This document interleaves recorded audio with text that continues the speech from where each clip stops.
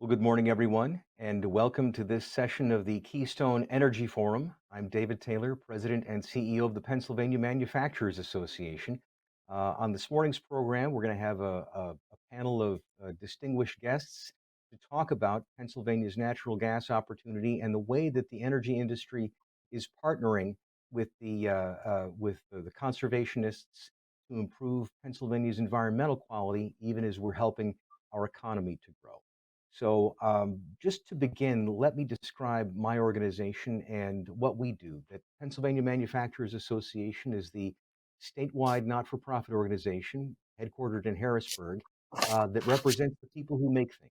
That manufacturing in Pennsylvania directly employs over 500,000 Pennsylvanians on the plant floor, but that core manufacturing activity sustains millions of additional Pennsylvania jobs in supply chains, distribution networks, and through vendors of industrial services. Year over year, manufacturing adds about $93 billion worth of value to Pennsylvania's economy, one of the largest contributors, but it has the strongest multiplier effect on job creation. And again, that manufacturing, as the sector that adds the most value, has jobs that pay above average wages and benefits. And so this is why manufacturing is so important to Pennsylvania's quality of life. No matter what it is that you're making, you require large amounts of energy. And so this is why PMA is so excited about Pennsylvania's energy opportunity through the Marcellus Shale and what natural gas means for Pennsylvania's competitiveness.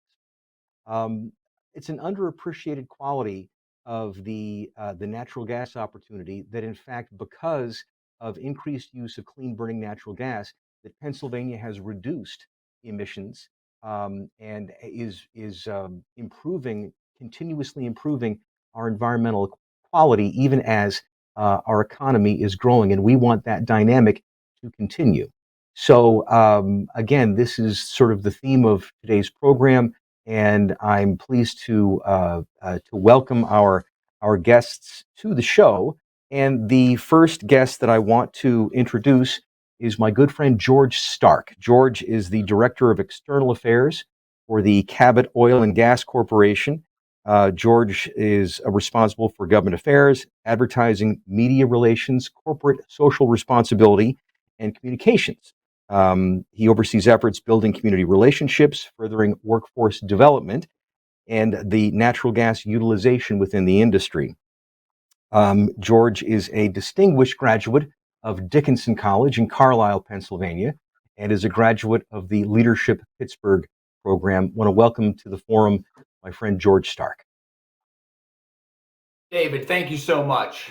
And thank you to KEF for putting this forum together. Truly a benefit to be here today and get the opportunity to speak to the audience. And I truly tip my hat to those who put this on, because I know it's a large audience. And as Dave said, I do have the distinction of being a Dickinson graduate with David. So that's one of the upsides of working with Dave. But at the same time, I represent Cabot Oil and Gas. And for those of you that might know us, we're a natural gas driller in Northeast Pennsylvania, Susquehanna County. We arrived there in 2008, and in the subsequent 10, 12 years, we have been able to demonstrate an investment in the community of $10 billion. And that is the only county that Cabot operates in. So once again, you think about a county of 47,000 people, and here we are investing $10 billion. But the investment is as much into the community and it is to the environment. And what do I mean by that? I mean that we are making certain that we leave Susquehanna County better than we found it. And the number one way is by putting people to work. When we arrived in Susquehanna County, the unemployment rate was probably 12%. It's now at full employment. If you're familiar with Susquehanna County Commissioner Alan Hall, he will tell you that there are 478 people who are unemployed.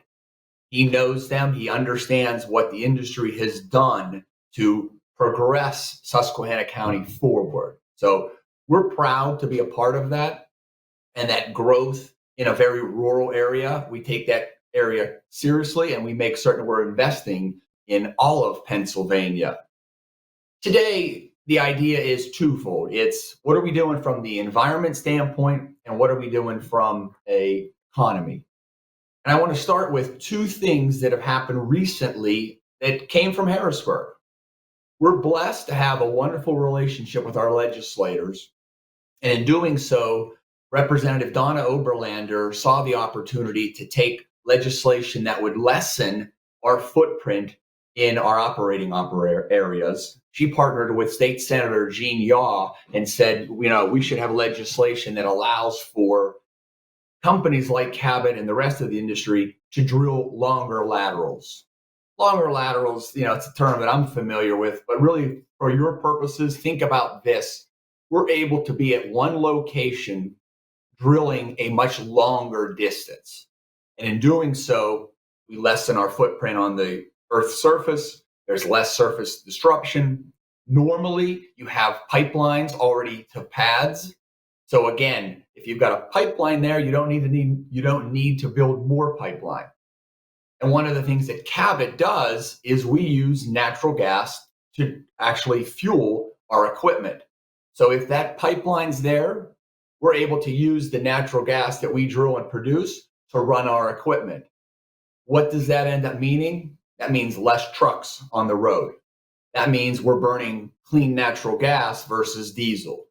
These are all ways in which we lessen our interruption, our disruption to the community, keeping the roads as pristine as they need to be, keeping the air cleaner. And as you heard from Dave, as we do this, we are improving our air quality and lessening our carbon footprint by utilizing pipelines to ensure we can power our own equipment and then having those pipelines ready to take the natural gas that we're producing.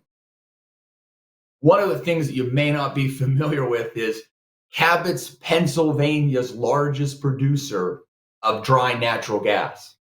If you think about that, I mentioned earlier, we're in one county, but that one county is that strong of a county from a production standpoint. And we're impressed with the ability for us to be there for 30 more years drilling. But drilling and lessening our impact on the environment is one thing. The second thing is we need to take advantage of the natural gas that we have here. By doing so, we've partnered with the likes of State Representative Aaron Coffer, Josh Kale, the Representative Jonathan Fritz, who represents us in Susquehanna County, and State Senator John Yudichak and Gene Yaw to put another piece of legislation forward, which is now Act 66. And Act 66 is all about taking Pennsylvania's natural gas and producing jobs and manufacturing in Pennsylvania. If this pandemic has shown us one thing, it's we need to take advantage of what we have and put people to work and make products here. I can tell you, in putting this legislation forward in Harrisburg, Senator Yudichak, Senator Yaw, Representatives Kale, Coffer, and Fritz insisted that we work closely with the trades. And we did, because we made certain that if you're going to build these facilities, you have to do so with organized labor and the building trades. They are some of our best partners. They build our pipelines, they build the compressor stations, and they want to make certain that the manufacturing opportunities that we have here are utilizing their trades, men and women. So here we have an opportunity to take a company like Cabot, which is producing an abundant amount of natural gas, but put the jobs here, get the manufacturing here. So these are other ways, because what we sort of forget to think about is if we're buying everything from overseas, are we capturing the carbon of that ocean liner to come from Asia to here? Think about the carbon footprint. And again, for those of you that know maritime, some of the fuel that they use on those steamliners are not necessarily the cleanest. So if we can lessen having to import and make the manufacturing here, we're doing that and we're actually improving our carbon footprint. So again, when I think about everything that we're doing, from producing in Susquehanna County, getting that gas to the surface, lessening our impact, and then creating jobs here, I think we're on our way to a bright future. And as Dave Taylor knows, other side of this is natural gas is powering electric generation. Cabot's largest customers are electric generating facilities. These facilities are in both Luzerne and Lackawanna County. So we're excited for the opportunity to make certain that we're having more electricity generated locally so we can power the economy. Because when you think about it, as natural gas is powering that electricity, we're partnered up very nicely with renewables. So the goal is, let's look at renewables, let's complement them, but let's also understand that natural gas has the fastest way to turn on and to ramp down. So what we see from an economy and environment standpoint is a bright future. I thank KEF for having me today. Dave, I'm going to hand it over to you. That's my opportunity to give the presentation on behalf of Cabot, and I look forward to questions and answers. Thanks very much, George. And there's so much more to say there, but I will wait to the Q&A and have sort of more of a roundtable discussion at that time. But I want to welcome to the forum our next guest, Steve Barlow, and he serves as the Director of Development and Energy Partnerships for the National Wild Turkey Federation. Steve has 20 years of experience in wildlife conservation and habitat restoration. He has got a Master of Science degree in Environmental Science and Wildlife Biology from the University of Florida and is a certified wildlife biologist with the Wildlife Society. And Steve, thank you so much for taking time to be part of the forum with us this morning. Good morning, and thank you for that intro, David.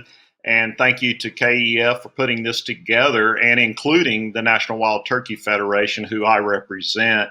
I wanted to give just a quick intro of who we are at the National Wild Turkey Federation because, as you can imagine, a lot of folks can have some confusion with what our organization is and what we're about. I wear my logo on my shirt like I have today, and I get some great questions about what we are and what we do as I travel around the country. But to sum it up, we are a wildlife conservation nonprofit organization. We cover the lower 48, the entire continental U.S. there. And we have roughly about 200 to 225,000 members. So we are definitely a grassroots organization. We have about 200 staff members, and these are primarily wildlife biologists and or regional coordinators, regional directors that run our operations. Now, as a nonprofit, our mission is the conservation of the wild turkey and the preservation of our hunting heritage.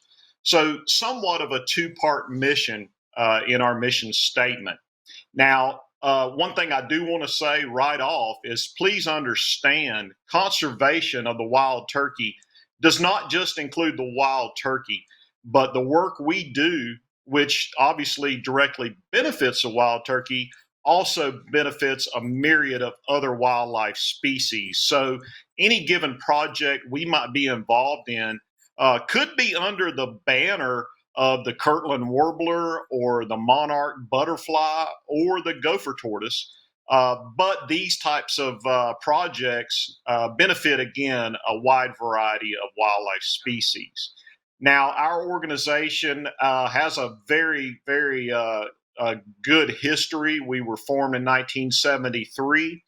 At that time, wild turkey populations were not in very good condition, really, across the country. The wild turkey back then, some of you may remember, it was quite a thing to even see a wild turkey. And so that was really the impetus for our formation, was to restore the wild turkey to all available habitat in the lower 48. And through the work that was done with our partners, with various conservation agencies, with our volunteers, with corporate partners, we all working together effectively restored the wild turkey to all available habitat by the year 2000. So it's a great conservation success story. for our organization and our partners.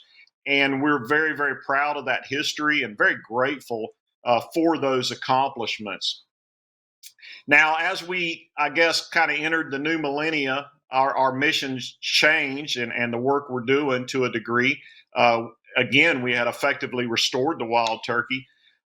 So we shifted gears and we focused in on what can we do now that we've restored the wild turkey to all available habitat. What can we do to prevent further declines? And so we launched a new initiative around 2012 titled Save the Habitat, Save the Hunt. Now, this initiative has three goals, and the one I really work with the most personally with our energy program is the first goal of enhancing and conserving over 4 million acres of wildlife habitat across our country. Now, that's a lot of habitat, 4 million acres, and certainly a small nonprofit could not do that alone. And so we address these goals just like we did with the restoration of the wild turkey through the power of partnerships and collaboration. And so, to kind of drill down to what I do with the NWTF, I primarily partner with energy companies to look for ways to enhance habitat on their operations.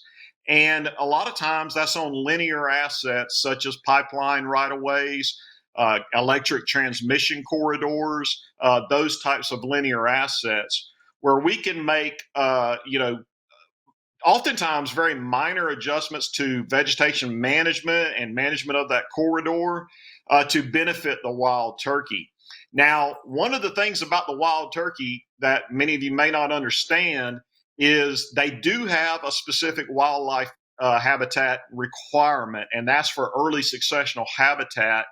And that is for the ability to reproduce and to recruit the new offspring every year.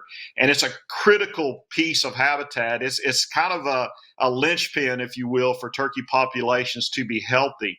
This early successional habitat supports a lot of different species, but for the wild turkey, it supports insects, which are crucial for the brood rearing capacity of a turkey population. So for a turkey population to be healthy, to be productive, they have to have this habitat component interspersed within their area they live. And linear assets provide a great opportunity to put this habitat in the right place for these wild turkey populations to have access to this insect resource that they desperately need to be successful in rearing broods of wild turkey. So that's where our focus is with energy companies. That's why we are really excited about the partners we work with and the things we can do on a right-of-way. And we see right-of-ways, and here's probably the most important thing of maybe what I'll say this morning, but at NWTF, we see right-of-ways as habitat and potential great habitat for a lot of wildlife species. So our view of a right-of-way is something of an asset for wildlife and people. And we work with our energy partners to do everything we can to enhance that right-of-way and to truly make it a part of the community and a benefit and an added asset to the wildlife community and the human community wherever we work. And again, often it doesn't require a lot of different things than what may be happening right now on the right of way. So that's what we do. We partner with energy companies. We work together. We look for ways we can enhance that habitat and really kind of make that pipeline right of way or that energy corridor an asset for wildlife and people. And I'm going to stop there, and I hope to have some good questions and enjoy hearing from the rest of the panel. Thank you, David.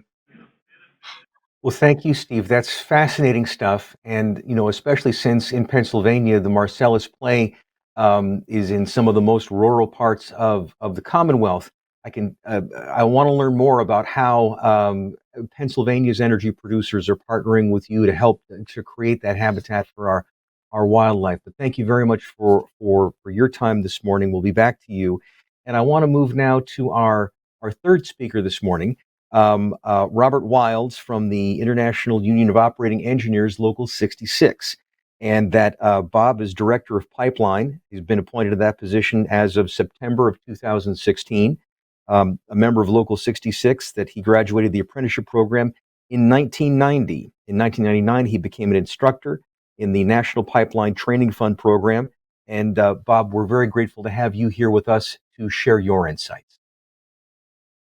Thank you, David. It's a pleasure to be here. It's an honor to be asked to do this. And when I was first asked to be on this panel, it was like I was asked to kind of explain the role of pipelines in the future. The first thing that come to my mind then was we need pipelines. They're a bridge to renewable energy, to protecting the environment. I can speak from firsthand experience on this. My wife and I built our house 10 years ago. We put a 10K solar system on the roof because, hey, we're environmentally friendly people. I've made my living in the pipeline industry for almost 35 years, but I understand this. The first 9 days of December this year have been cloudy. If I had to depend on those solar panels, I'd probably be talking to you in candlelight right now because they just weren't making enough. And I'll speak a little bit more about the bridge and how it goes later on. But the key role here for the pipelines, I think, is economics. And the economics, the way I see it, there's a layered effect to the economic health of the Pennsylvania and the nation. The first thing with the pipelines is for our members, they create good paying jobs.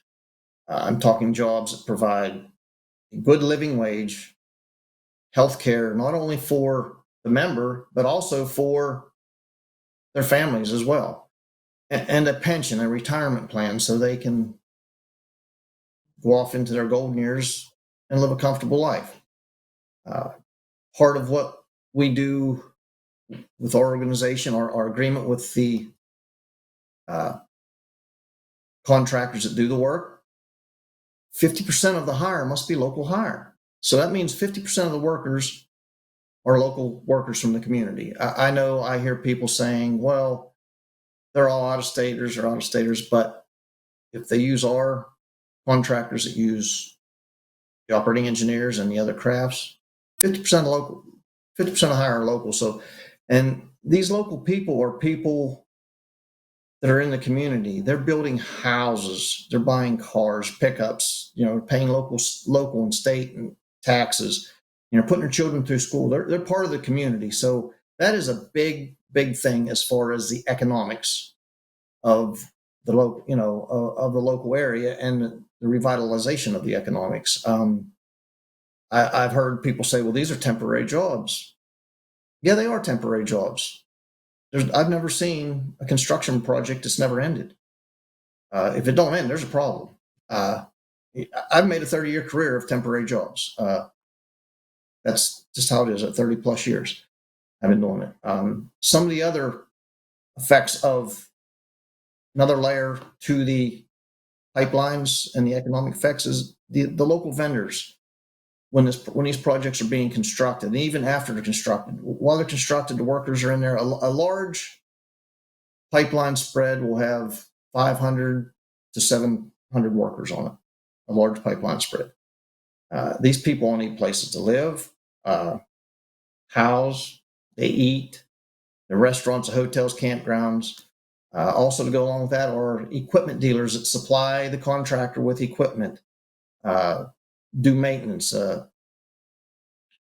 just everything just goes hand in hand. Everything in the economy, like I said, the way I see it, it's layers of the economy. Then, after the pipeline's built, another layer of this is manufacturing facilities come into place because basically, if you build it, they'll come. You build the pipelines, and you have access to cheap, reliable energy. the manufacturers are going to come, and they're going to take advantage of that. I live near Pittsburgh, Pennsylvania. A perfect example: Pittsburgh and the Industrial Revolution. Pittsburgh became a leader because of their location to not only to water transportation, but also to the availability of the raw materials to make steel and manufacturing. So, and I see the same thing happening with the gas industry. Another thing that comes into effect with the pipelines are some of the byproducts from the natural gas, such as the ethanes, the butanes, which they make plastics, epoxies from. And these products here, this gets back to my opening statement to the bridge to renewables. These products here are necessary to make things such as the solar panels like on my house, such to make the windmill blades. If we don't have the pipelines running in natural gas and run the byproducts, we don't have the ability to manufacture these renewable energy, these products for renewable energy. Not to mention that from these byproducts, there's over 6,000 household products, everyday products that we use: toothbrushes, dentures, eyeglasses, capsules for prescription medication. It's amazing. And then when the manufacturing comes into place, the infrastructure needs built, roads. So this is just all things that just keep building the economy step by step. And I've been to several hearings, public hearings, and I've heard people say, well, they're going to export the gas. We're going to export the gas. Well, if we have an overabundance, if we export it, we're shipping natural gas over to other countries, such as China, to use in their manufacturing. We are lowering the emissions right there, because if anybody watched the Beijing Olympics, they were only allowed to film at certain times of the day because of the smog and pollution that was being created from the industry in China, because they use coal-fired and oil. So if we can get them that, there's a thing. And another thing with exporting, basic economics from high school, when a country exports more than they import, that makes them a strong world leader. And that's strong for our nation as well. Now I'd like to quickly jump to the environment real quick. Part of what we do with our organization is we work to make sure our members understand the environment, but we've got to protect it. And that gets into part of our training, and I'll speak to that real quick first. In the operating engineers, we spend approximately $200 million a year in training alone. And we have over 100 training facilities across the country at our local unions. Our flagship is our iTech Center in Crosby, Texas, which opened in April 2018. It's a $150 million facility. And our general president, his motto when he was building that, and still is our future is now, meaning we got to train now for the future. What we do at the iTech, we will take members from all over the country. We transport them. We pay for their airplane ticket. We pick them up at the airport. We take them. The facility has 227 dorm rooms. They stay right there on facility. We feed them. We house them. They train right there on site. Part of it covers all aspects of the training that the operating engineers do. And there's a link, our website. If you go on there, you can look up our training, the iTech Center. There's several videos available. If you watch those videos, you'll see that the operating engineers are a very diversified organization. We cover pipeline, highway, building, renewable energy, solar, wind turbines, mechanics, welding, stationary engineers, which take care of the maintenance on skyscrapers and office buildings in the cities.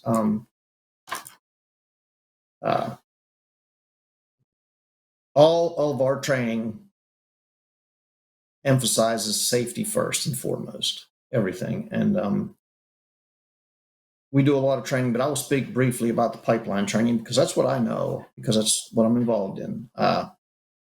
First off, with our pipeline training, like I said, safety is foremost. OSHA compliance, DOT compliance, safety. And when I say safety, I don't talk just safety of the workers, which is very important, but also we stress safety of the general public during construction and after construction. A couple of examples of this are the importance of protecting the coating on the pipe.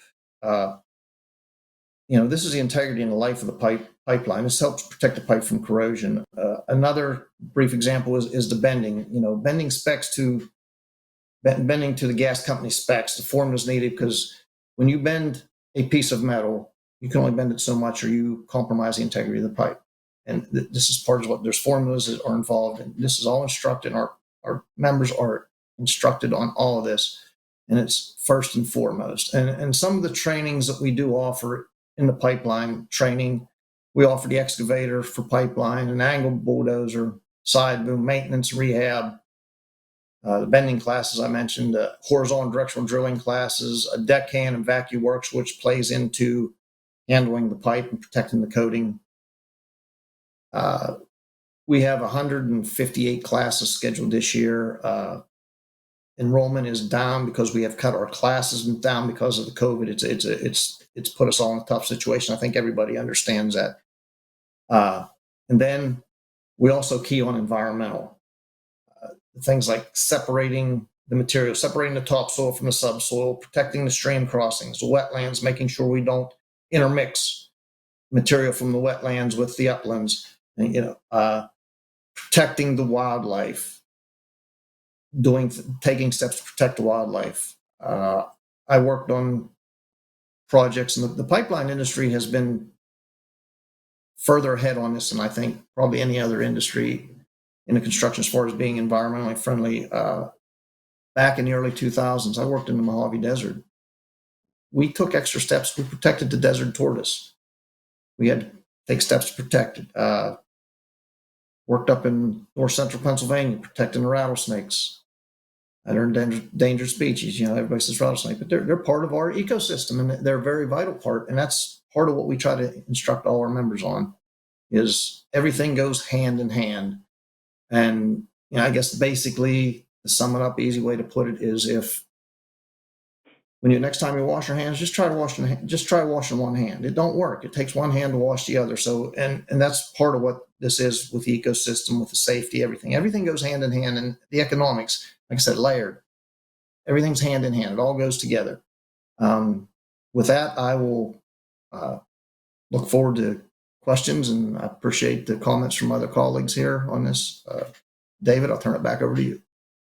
Bob, thank you very much. And I just want to say thanks especially to you and your members and your whole industry, because our operating engineers and our pipeliners are unsung heroes. That so much of our modern economy and our very high standard of living depends on all of these systems of delivery, all of this infrastructure, and we need you and your members and the other skilled tradesmen to not only to do that work, but also to be the keeper of the flame and training those new generations of apprentices and new members, so that we can continue to have enough makers and doers to keep our economy going and to keep that very high quality of life ever rising. So anyway, a lot more to discuss, Bob. Thanks very much. So we have reached the Q&A portion of the program. Thanks again to all of you for being participants today. And as you have questions and think of them, please enter them in the chat function. I'll read them off here to our guests on the program. And I'll start, Steve. This first one's for you. What type of turkey population growth have you seen in Pennsylvania, and how much of that can you attribute to your collaborative work with the natural gas industry? Okay, great. Thank you, David. Well, let me start with a little bit of a qualifier and talk about turkey populations from the top down. So, generally speaking, across the United States, I mentioned NWTF was formed in 1973, and at that time we had just under 1 million birds. So there were a couple of different, totals that biologists put out there, but it was anywhere from a high of maybe 1.5 million to as low as maybe 600,000. So starting there, let's just start there in 1973 across the entire United States, most likely fewer than 1 million birds. Now, the work we've done with our partners, and again, it's not just NWTF, and I really love the other panelist, his expression of trying to wash one hand, because truly that's the way this had to work. It had to be with partnerships. But we went from that low of, let's just say, 1 million birds in 73 to a high in around 2006, 2007 of around 6 to 7 million birds. So quite an increase. And I'm sure there's folks on this call who can remember what the wild turkey population was like in the 70s compared to where we are now. Kind of like oil dependency was a little different in the 70s compared to what we've done now, right? So a lot's changed, and a lot of that was through partnerships. Now, I'm going to hesitate to speak specifically about Pennsylvania. If I had our biologist, who we do have a biologist assigned to Pennsylvania, he could probably speak a little more specific about Pennsylvania. But again, generally speaking, the wild turkey has been reintroduced to all available habitat in the lower 48. So in essence, what we did, and to make this maybe a little bit more easily conceived, is think of a fish bowl like you might put on a table in your house or even maybe on your desk, and you fill it with goldfish, and the capacity is 6 goldfish, and you put 6 goldfish in it, right? That's really on a small scale what we've done with the wild turkey. So we've replenished, we filled the available habitat. But the problem now where we are is the habitat is now dwindling. So that fish bowl is getting smaller. And so we are seeing a generalized decline across the country. So we're coming down from that 7 million birds. Now, it's certainly not, we're not about to lose the turkey. We're not in an alarm mode, but we understand that we do have to work to slow this habitat loss. And a big part of that is enhancing every available piece of ground we can. And that's where these linear assets really come into play, because we can take those areas that maybe didn't have attention before and really work with them and learn the value we have in these linear assets to slow the shrinkage of that fish bowl, if you will, so that we can hold on to that 6 to 7 million birds that we have across the country. But I can certainly get back to, if you forward me that individual, I can put them in touch with our local biologist that we have there in the state of Pennsylvania, and he can get that specific, those specific totals to them. But hopefully that kind of answers what's going on with the wild turkey population and our strategy to hold on to all the work we've done over the last 40 years to bring that population to where it is today. Thank you.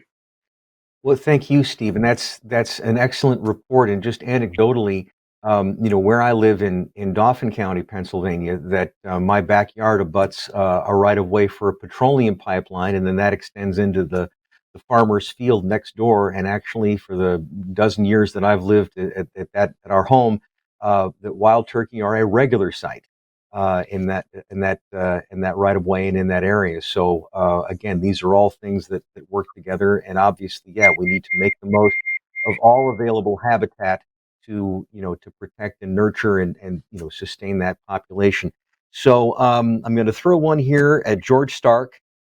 George, one of the things that we've worked on together in 2020, the passage of Act 66, which was a production-based tax credit on the value chain of the methane itself. So, the natural gas, the methane, we've talked about it as a source of fuel for electricity generation. Of course, in manufacturing, we need that natural gas for our industrial furnaces to hit that high temperature point you can't get anywhere else. Of course, also we use that widely for home heating and cooking.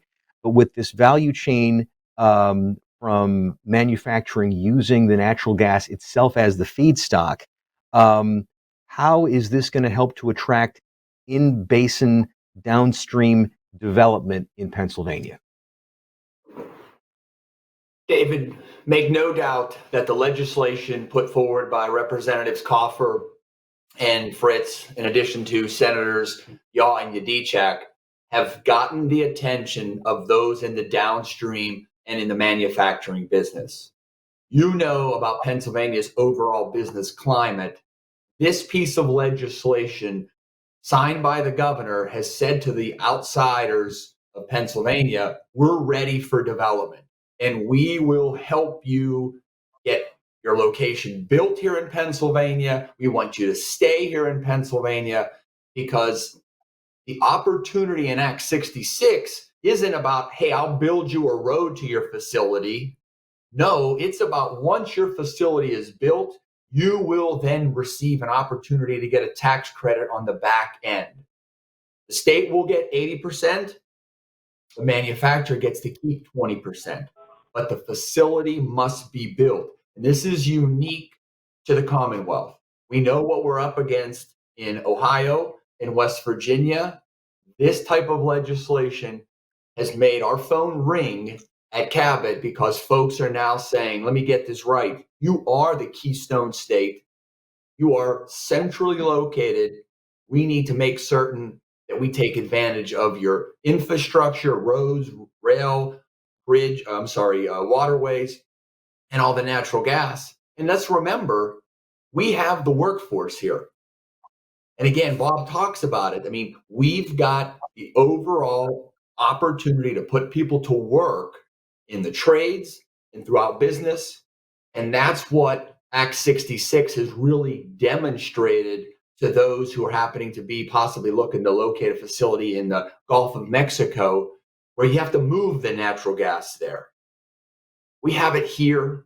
We have the infrastructure necessary here. Let's take advantage of that. And I can tell you this, one of the facilities that's looking at utilizing this legislation is working closely with the Elk Foundation. So once again, where you heard the opportunity, we have to make certain that we're taking advantage of every piece of land, whether it's a lateral for a pipeline standpoint. But what we're seeing is manufacturers are saying, we will ensure that we set aside a buffer zone for the elk herd. One of the groups that we work with, in addition to the National Turkey Federation, we also work with QDMA, which is the Quality Deer Management Association, because we will sit with them and talk about when we're done with producing natural gas from a drilling standpoint, what vegetation needs to go down? What do we need to plant? And you know what? Montrose, Pennsylvania, where we operate, has some of the best feedstock. We utilize a company up there to make certain that we're putting down the right food plots. So these are some of the ways that we want to attract business here, take advantage of the low cost, clearly abundant natural gas, but then think about the overall community, putting people to work and making certain that the herd also is being taken care of. Again, I love the idea. You can't wash one hand without the other. That's what we're looking at here. It really is about a combination of making certain people have jobs, but they also have an opportunity to give back. And the last thing I'll touch upon is one of the groups that all of our employees get engaged with is hunter sharing the harvest. So whether it is quality deer or turkey, we're making certain if there's any opportunity that we can give back. If you have 2 deer or 3 turkeys, there's a group that's the hunter sharing the harvest that will take that game and they will turn it over to food banks. So again, it's a really nice way to sort of close loop that system where the employee, the unionized workforce, the opportunity of those in the community to make certain if they can pay it forward through the hunter sharing the harvest, they're doing that. So I think these are some of the neat ways in which we make Pennsylvania attractive to business and then make that business part of the community and rooted.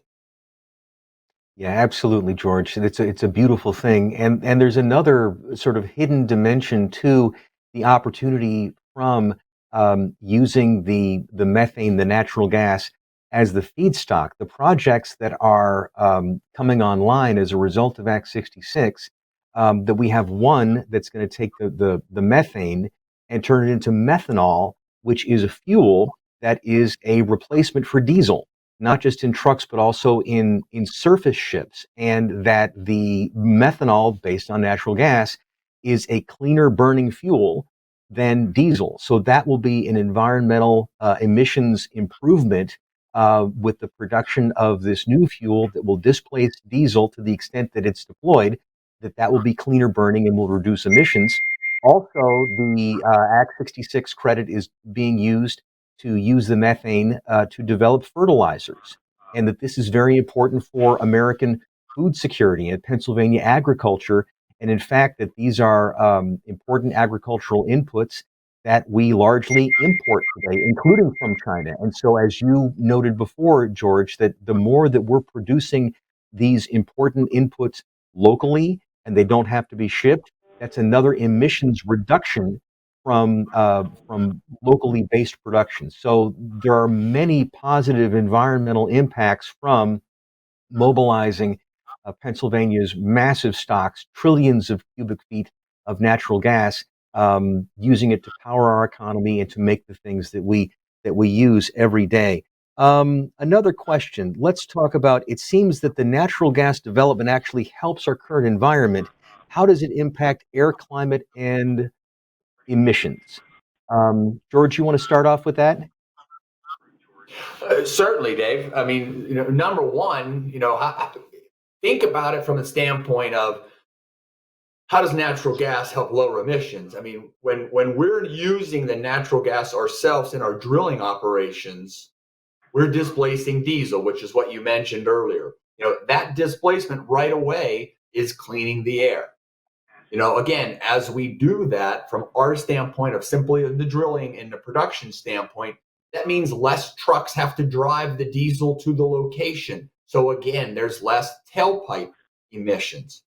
Now you move that to a compressor station that's utilizing natural gas to run its compressors. Once again, another opportunity. But really what we want to get to, Dave, is what you've hit upon. These are all those things we do in our food chain, but what matters is the manufacturer. Whether it's commercial, residential, or industrial, any opportunity that they could have to utilize clean burning natural gas is eliminating those emissions. And again, there's a lot to be made politically about, the Paris Accord. The reality is the numbers laid out in the Paris Accord, we have met. And that we've done that by utilizing clean burning natural gas. So these are the things we can get caught up in bumper stickers and slogans, but the reality is we are cleaning the air day in and day out. And we heard about it also in the sense of the renewables. We're a natural partner with the renewables. When it gets cold, we can ramp up. And when it gets hot, we can do the same thing. That's the opportunity that you see from natural gas to lessen the air pollution. George, I'd also point out that the air in Pittsburgh and Philadelphia is cleaner than the air in Paris right now. So that's just, anyway, a little bit of irony. So for the time that we have left, folks, please do, if you have got questions that you want to pose to our panelists here, please enter them in the chat function. And Bob, I've got one here I want to run past you. The question is, how has the COVID pandemic affected the natural gas industry? And I suppose that the question there is that what has that meant? What has the pandemic and the business shutdown? What has that meant for jobs for you and your workers? It has slowed our jobs down a little bit. We're taking precautions. We're working with the client companies. When a person is hired on, most of the clients require a pre-employment COVID test, and then 7 days following, they must get another one. Then they're random if they show any symptoms. We're working, trying to keep our social distance, which is tough in a construction industry. The good thing about the pipeline industry is we're out in the woods, we're out in the open. There are ways, we can kind of keep social distance. It has slowed us down. We're working with the clients and with our contractors to take precautions, and we have kept the outbreaks on the projects to a very limited number. Well, and that's good. And again, just recognizing the great focus that you and the Operating Engineers Union gives to workplace safety. That the pandemic is just another manifestation of workplace safety. How do you protect, your team members, while continuing to be focused on the job and getting your projects accomplished? Um, I wanted to ask. Steve, what would be, you look at the partnerships that you have today. Um, what would next steps be with expanding the partnerships between the energy industry, the pipeline industry, and the conservation efforts that you and like-minded organizations would undertake? How do we help to strengthen those partnerships? How do we help to expand those efforts? Yeah, that's a great question, David. And certainly that's our focus moving forward. The program that I help oversee is our Habitat Endorsement Program. And it is targeted really again for energy companies and these linear assets. And we do have MOUs between other conservation organizations.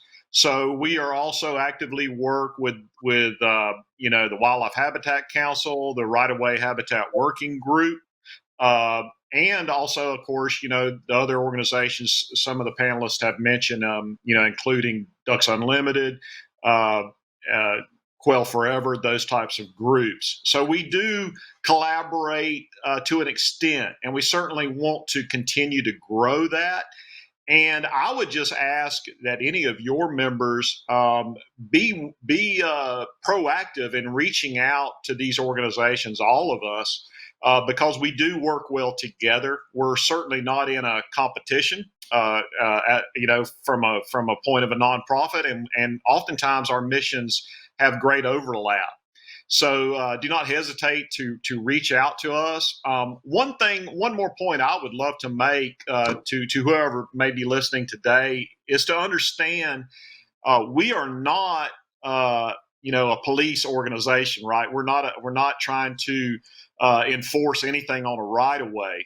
We're certainly not a regulatory group.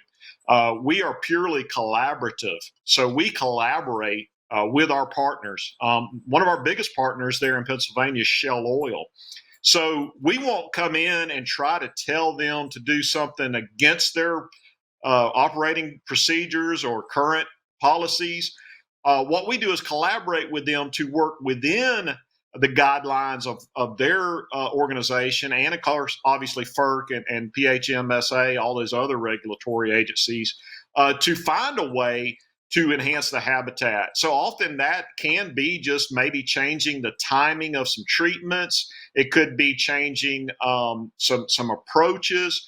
But often it's just minor tweaks that we can do to make sure that we are indeed creating this habitat component. So please understand, this is a collaboration. It's a true partnership, and it's different in every state. I work across the entire country.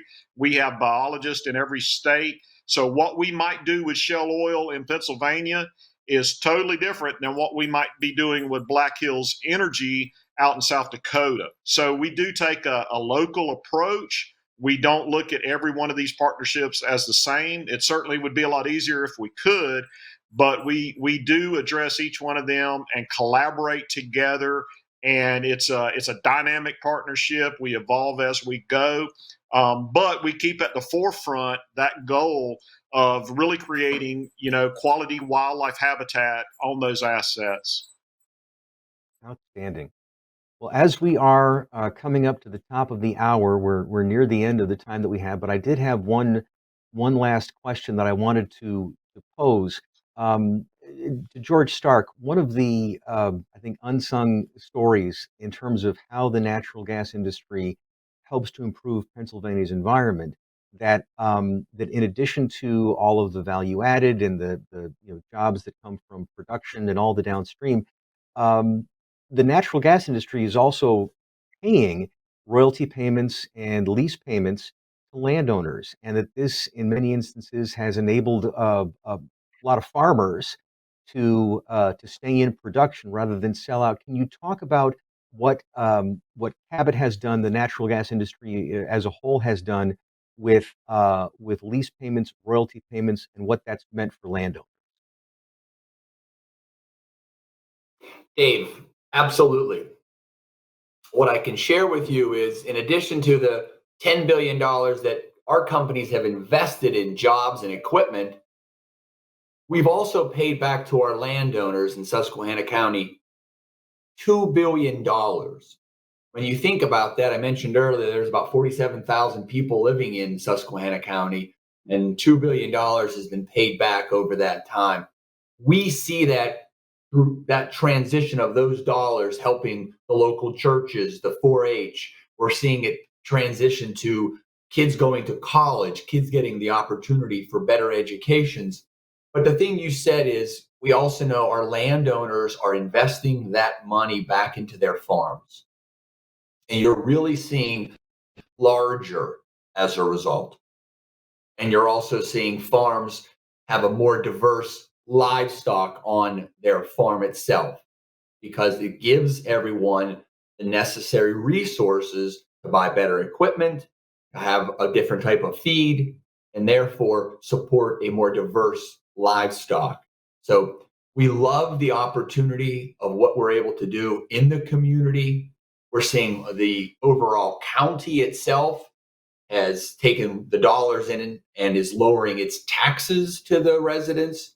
So oftentimes the question is, are you benefiting everybody? We think we are, because the taxes have been lowered, the employment is up. And for those that do have a royalty or a lease with Cabot or with Southwestern or some of the other companies that are there, what you're seeing is a direct injection of monies back into that community, and they're making that community better. Outstanding. Well, thanks again to our panelists here, George Stark from Cabot Oil and Gas, from Bob Wilds, the operating engineers, and Steve Barlow from the National Wild Turkey Federation. I'm David Taylor from Pennsylvania Manufacturers Association. Thank you for being part of this Keystone Energy Forum. Hope you have a great day. Wishing you happy holidays and a happy new year.